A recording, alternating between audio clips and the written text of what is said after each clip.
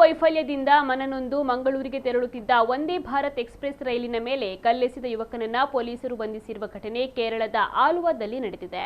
19 ವರ್ಷದ ಸುಜಿತ್ ಸುರೇಶ್ ಬಂಧಿತ ಆರೋಪಿ ತಿರುವನಂತಪುರದಿಂದ ಮಂಗಳೂರಿಗೆ ತೆರಳುತ್ತಿದ್ದ ವಂದೇ ಭಾರತ್ ರೈಲಿನ ಮೇಲೆ 3 ಬಾರಿ ಕಲ್ಲು ತೂರಲಾಗಿತ್ತು.